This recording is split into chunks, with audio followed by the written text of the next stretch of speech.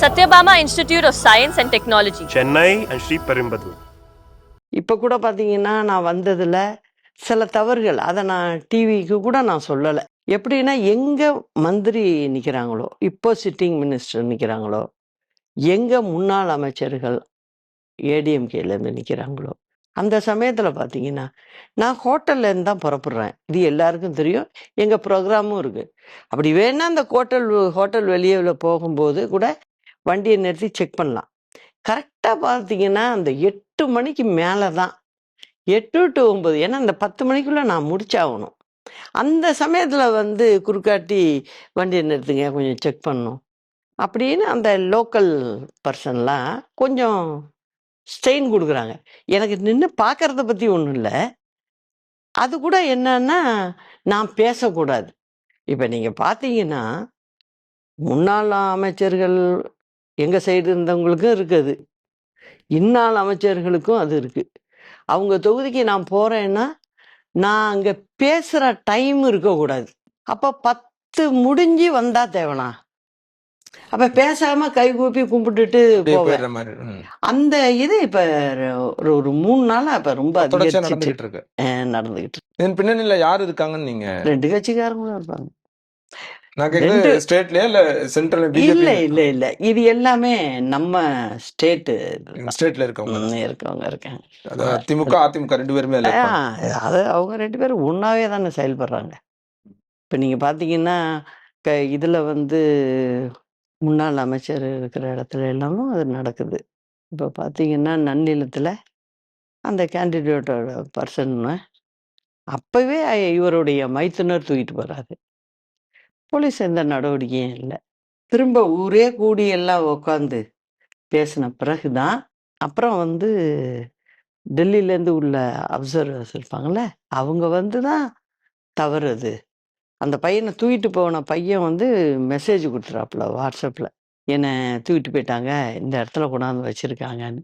அந்த டயத்தை பார்த்துட்டு அவர் உடனே ரிமூவ் அந்த பையனை விட சொல்லுங்கன்னு சொல்லி இவர் தான் ரிஜெக்ட் கிட்டத்தட்ட பண்ணதுதான்.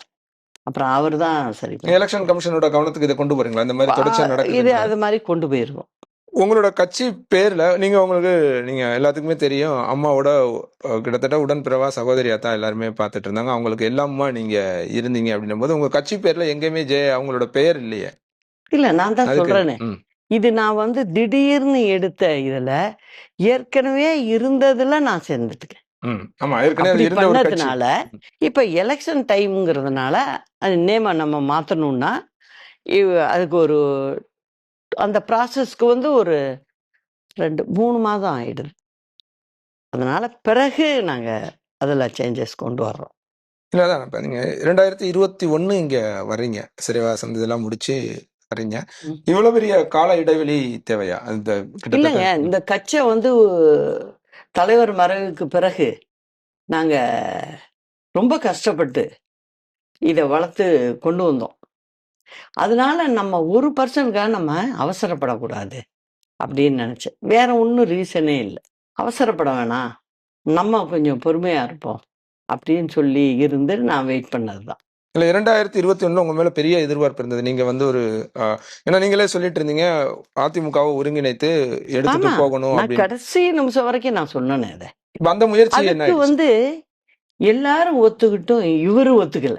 இவரை பொறுத்த வரைக்கும் இப்ப இருக்கிறவரை பொறுத்த வரைக்கும் என்ன அப்படின்னா, அவர் மட்டும் இருக்கணும், அவர் சொல் பேச்ச கேட்கறவங்க மட்டும் இருக்கணும். மேல மட்டும் இல்லைங்க, கீழே வரைக்கும் அந்த கட்சியினுடைய அடித்தளம் வரைக்கும் அப்படி இருக்கணும்னு நினைக்கிறாரு. அது மாதிரி இருக்கிறவங்க அங்க இருக்கலாம். அது மாதிரி இல்லாதவங்க அமைதி காத்தா கூட அவங்கள கட்சியை விட்டு நீக்கிடணும் அப்படிங்கிற முடிவுல அவர் தெளிவா இருக்காரு. அதுக்கு காரணம் என்னன்னா, யாருக்குமே தன்னம்பிக்கை இருக்கணும் ஃபர்ஸ்ட். அது அவர்கிட்ட இல்லை. அதனால இப்ப என்ன எடுத்துக்கிட்டீங்க அப்படின்னா, எங்க முன்னால இருந்த அம்மா பீரியட்ல இருந்தவங்க யாரு இருந்தாலும் நான் ஓகேன்னு சொல்லுவேன். ஏன்னா என் மேல எனக்கு நம்பிக்கை இருக்கு. கழக தொண்டர்கள் என்னை எப்படி விரும்புவாங்கங்கிறது எனக்கு தெரியும். ஆனா அவர்கிட்ட அது இல்லை.